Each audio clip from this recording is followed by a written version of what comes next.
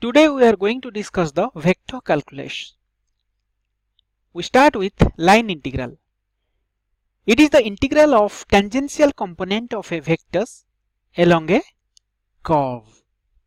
Suppose you have a vector A, then you have a curve in this directions. So I can take a infinitesimal small length dl and unit vector along this is the an. So I can have dl vectors as the magnitude and an.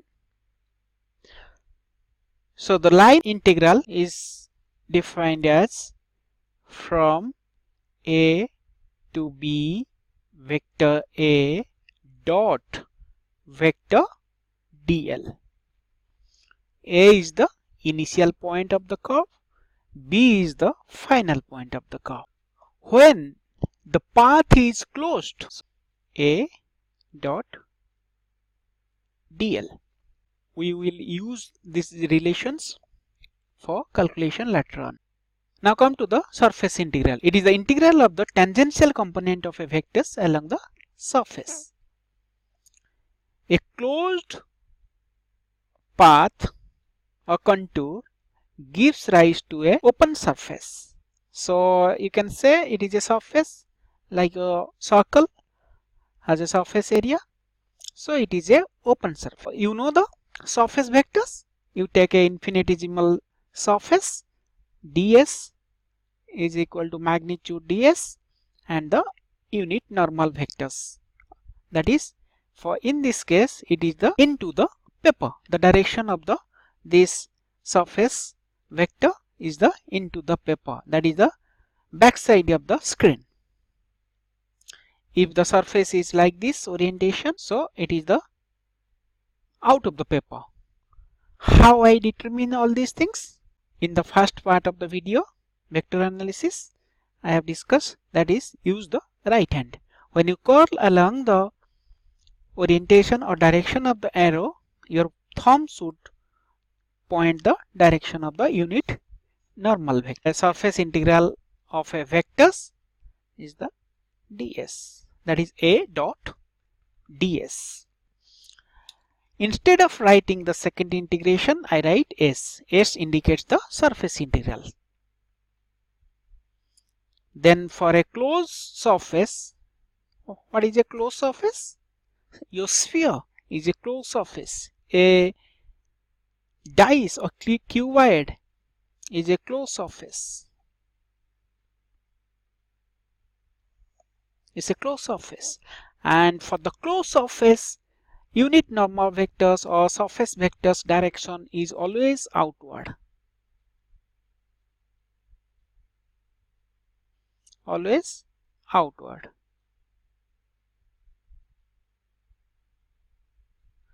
You will write surface integral of a closed surface like this with a circle. Very important points.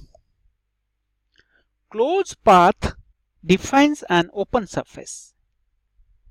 That is a closed path. So it is a open surface. And closed surface defines a volume. Like your sphere, spherical ball, or a dice, cuboid, they have volume. Now come to the volume integral. Volume integral always carried out on a scala.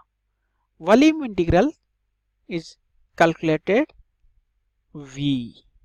V indicates the volume, rho V dV. So both are scalar, volume scalar, rho is a density.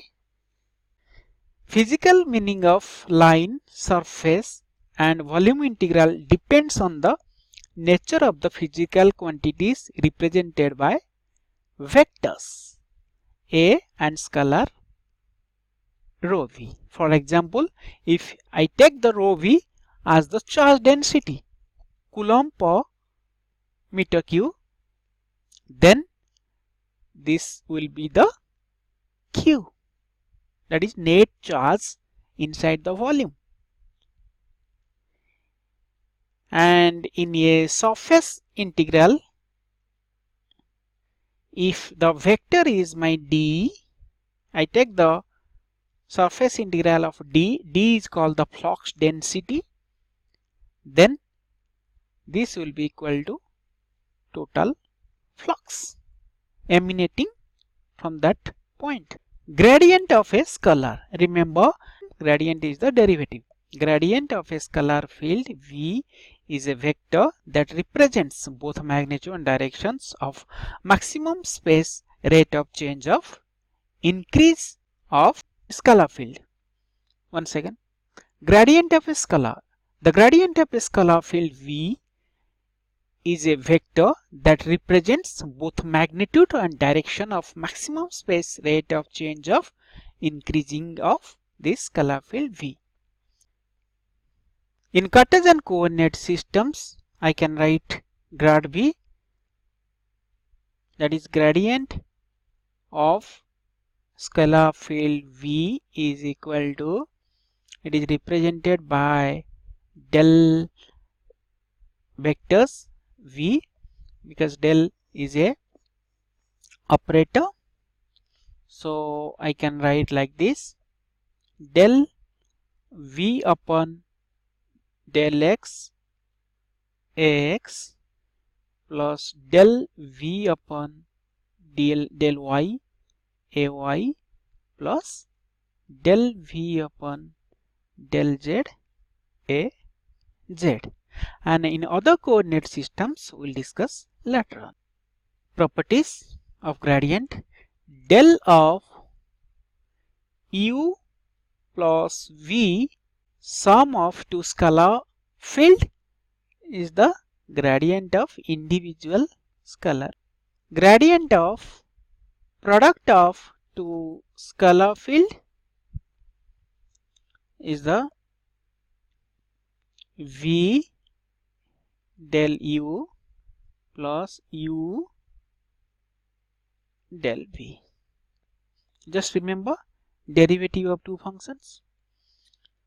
Then gradient of u upon v is equal to v del of u minus u del of v upon del of v to the power n is equal to n, v to the power n minus 1, then del of v, as we do in the linear derivative case. Divergence of a vector field.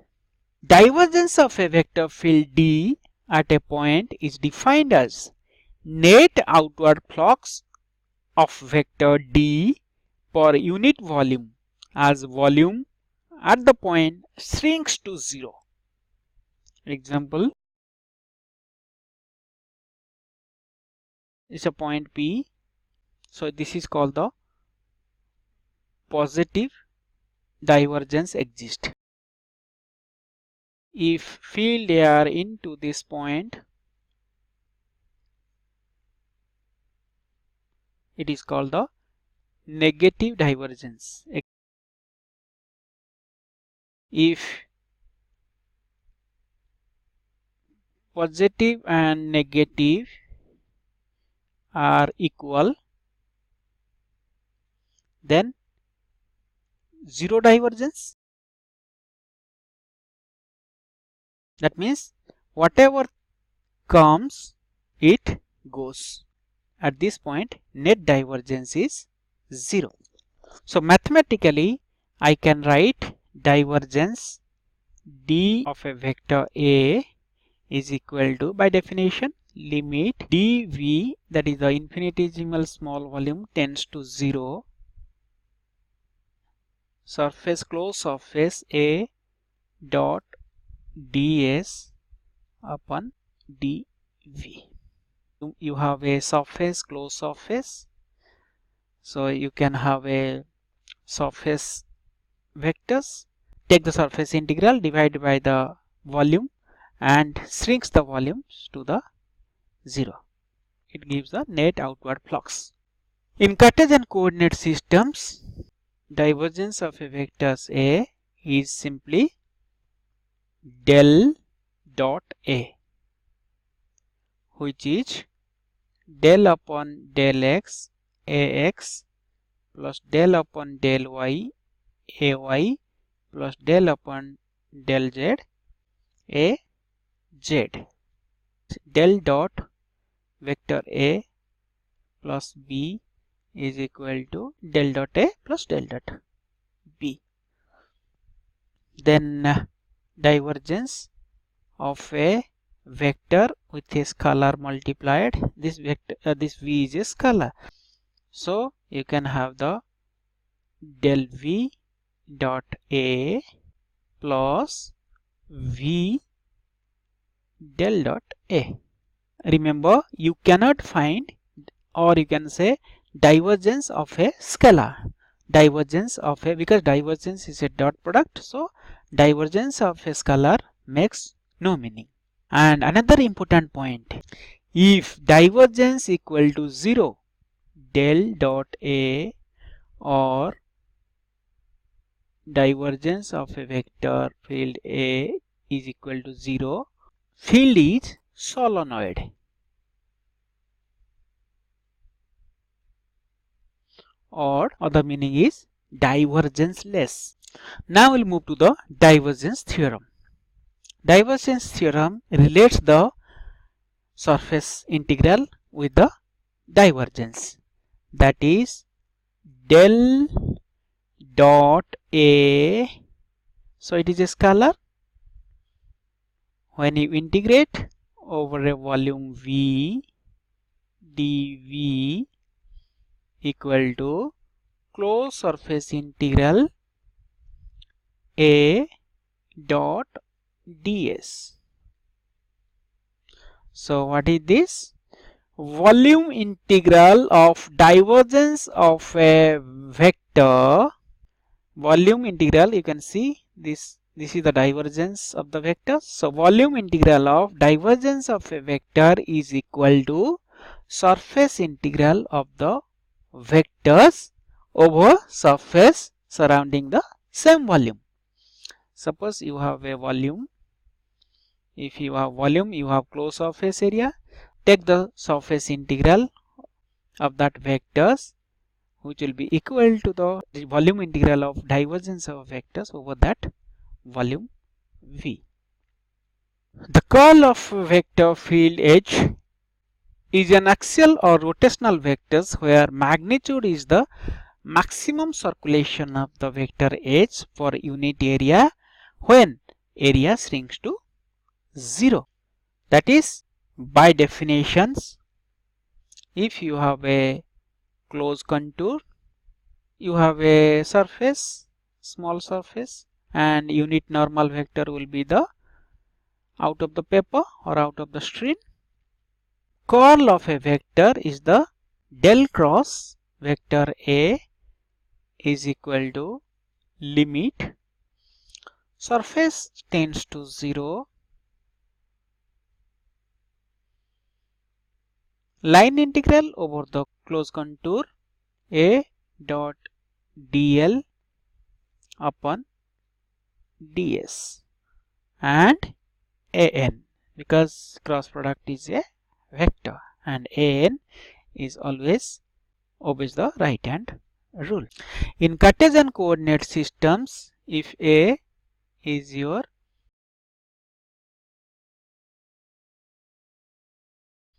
so del cross A is equal to, how we determine the cross product? By use of determinants. So Ax, Ay, Az, del upon del x, del upon del y, del upon del z, then Ax, Ay, Az, which will give you the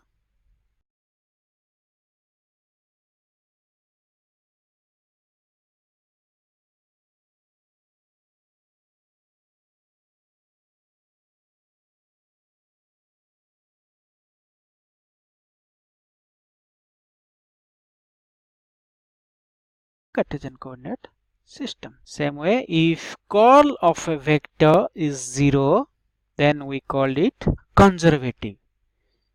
If del cross A, that is curl of a vector, is 0, then the vector field A is irrotational or conservative field. Then we move to the Stokes theorem. In the Stokes theorem, it is related to the open surface. So Stokes theorem says that open surface integral of curl of a vector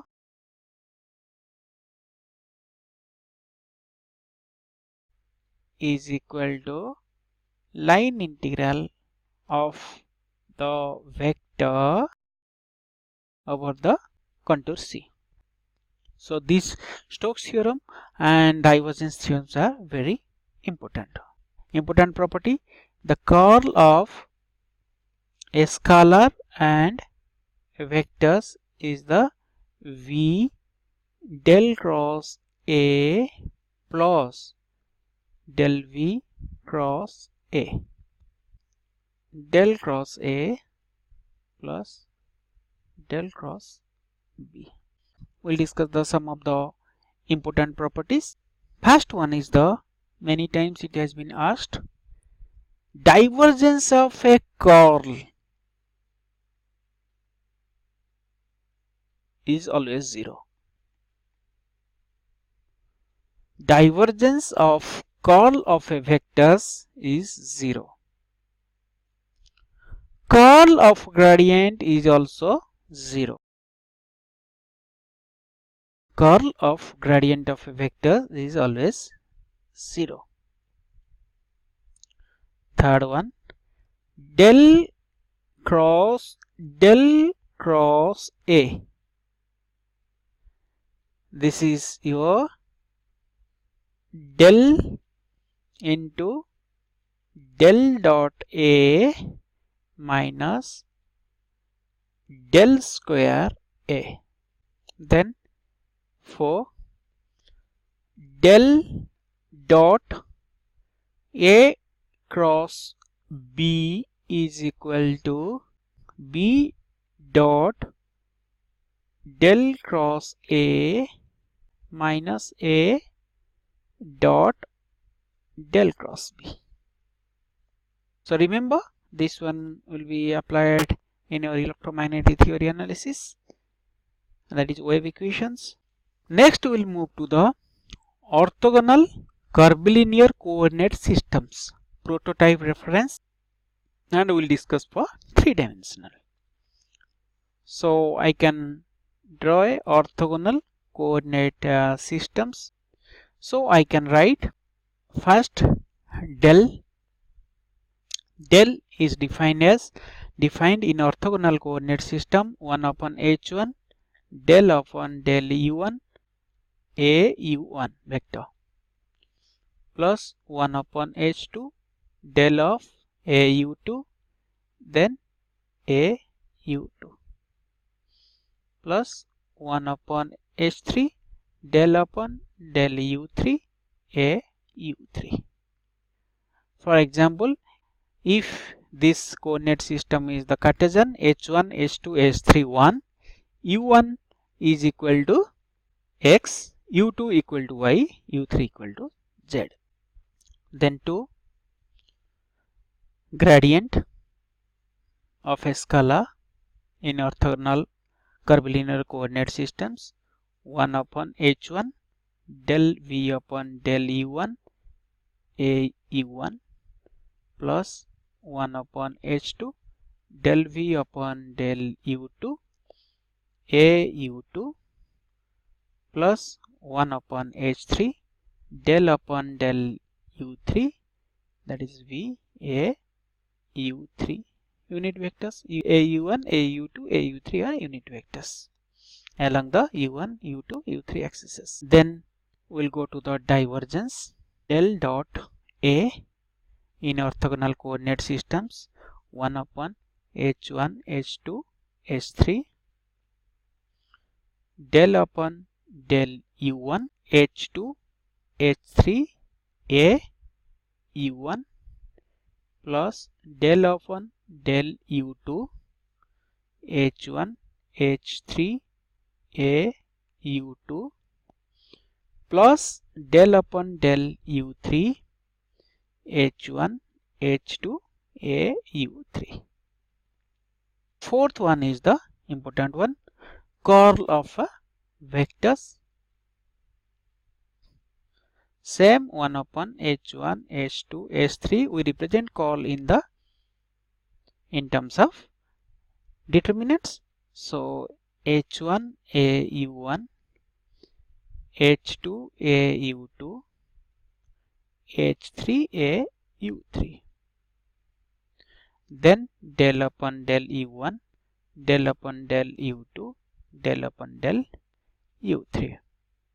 Then H1 A U1, they are not separate, you have to write like this, H2 A U2 then H3 A U3. You cannot take out the H1 like we do when you take out the H1 from the first column, you will multiply H here. So don't do like that. You cannot take the H1 from these terms. So you have to multiply here. So these 4 points, especially these 3 points are important in applications. Now we'll particularize. For Cartesian coordinate systems, H1 equal to H2 equal to H3 equal to 1, U1 equal to X, U2 equal to Y, U3 equal to Z. Put these values and you will get all the terms in terms of Cartesian coordinate systems. B, cylindrical coordinate systems, H1 equal to H3 equal to 1, H2 equal to rho, then U1 equal to rho, U2 equal to phi, U3 equal to Z. Next, spherical coordinate system, H1 equal to 1, H2 equal to R, then H3 equal to R sine theta, U1 equal to R, U2 equal to theta, U3 equal to phi. Important notes: if field is discontinuous at some point, then you cannot find the space derivative. That is, you cannot find the del dot A or del cross A. So what is the way? So the way is find the counterpart of the Divergence theorem and Stokes theorem. That is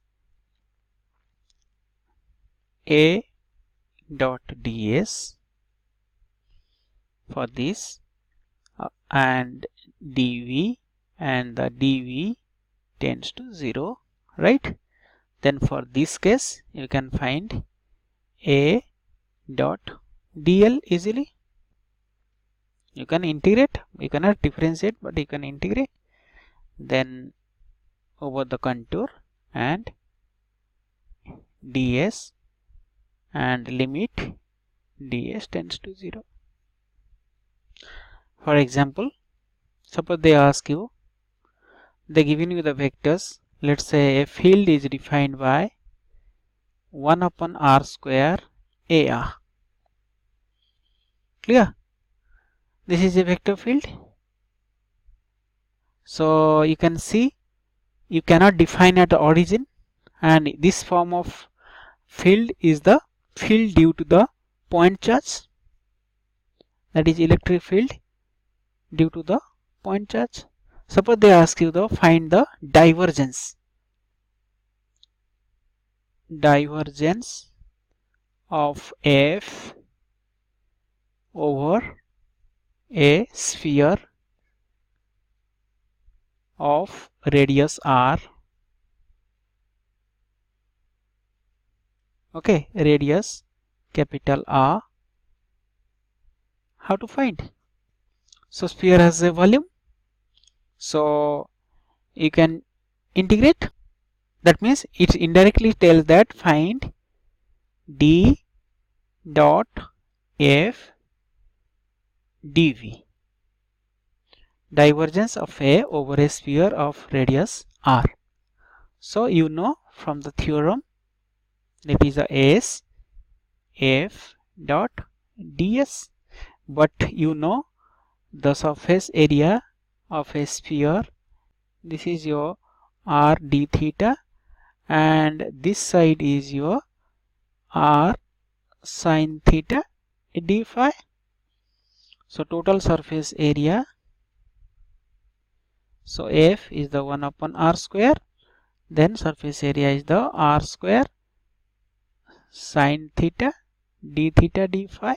So the r are cancel, so theta varies from, in a surface theta varies from 0 to pi and phi varies from 0 to 2 pi sin theta d theta and d phi, and 0 to pi, so 2 pi minus 1 then minus 1, which is 4 pi answer. This is a GATE 16 question. Helmholtz's theorem. In this theorem, it's called any vector field, any field is composed of irrotational field plus solenoid field. It is solenoid because you take the divergence of a curl is 0, and it is irrotational because if you take the curl of this, curl of gradient is 0. So any vector field can be represented by sum of irrotational field and solenoid field. Then we will move to the Green's theorem. Green's theorem is a sub part of the Stokes theorem. So it is applicable in the plane. If suppose you have a plane x and y and you have a open surface counterclockwise orientation and you have a surface S, let the field, vector field be P ax plus Q ay.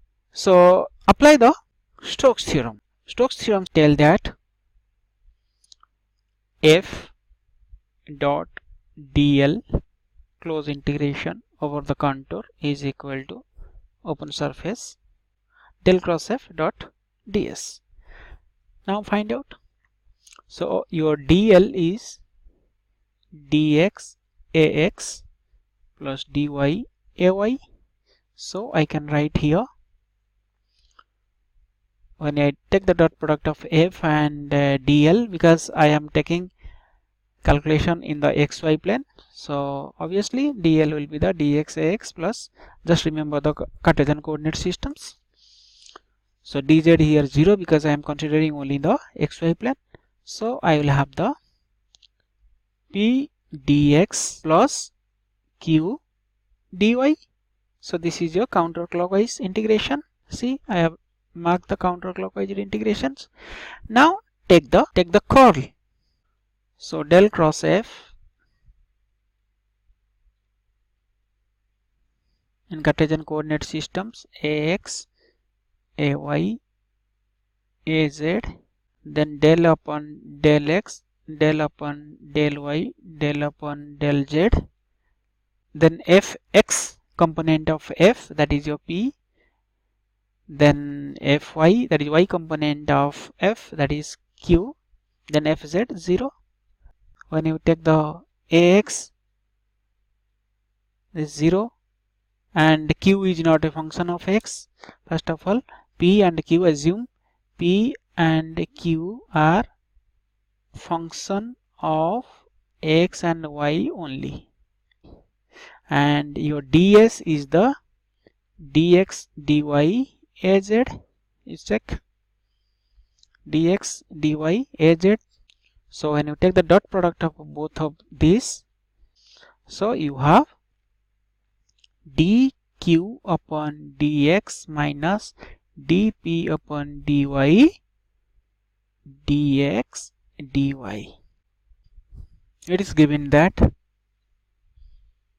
x and y, the contour is given like this. This is your 1, this is your 3, this is your 1, and this is your 2, and circulation counterclockwise. What is the value of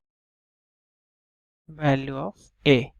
A is defined as contour counterclockwise xy dx plus xy dy. So now first identify from this theorem what is the p and what is the q. So p equal to xy, same as the q. dp upon dy, which is x, partial differentiation, and del q upon del x, which is y. I will do surface integrations. This same is equal to del q upon del x, del q upon del x, that is y minus x, into dx dy minus x dx dy. Now check what are the variations. X varies from 1 to 3, y varies from 1 to 2, y dx dy minus x dx dy. So here you get 2 into y square by 2, 1 to 2, minus x square by 2, 1 to 3. So here you get 4 minus 1, minus here you get 9 by 2, or you can say half. 9 minus 1, that is 3, minus 4, which is minus 1.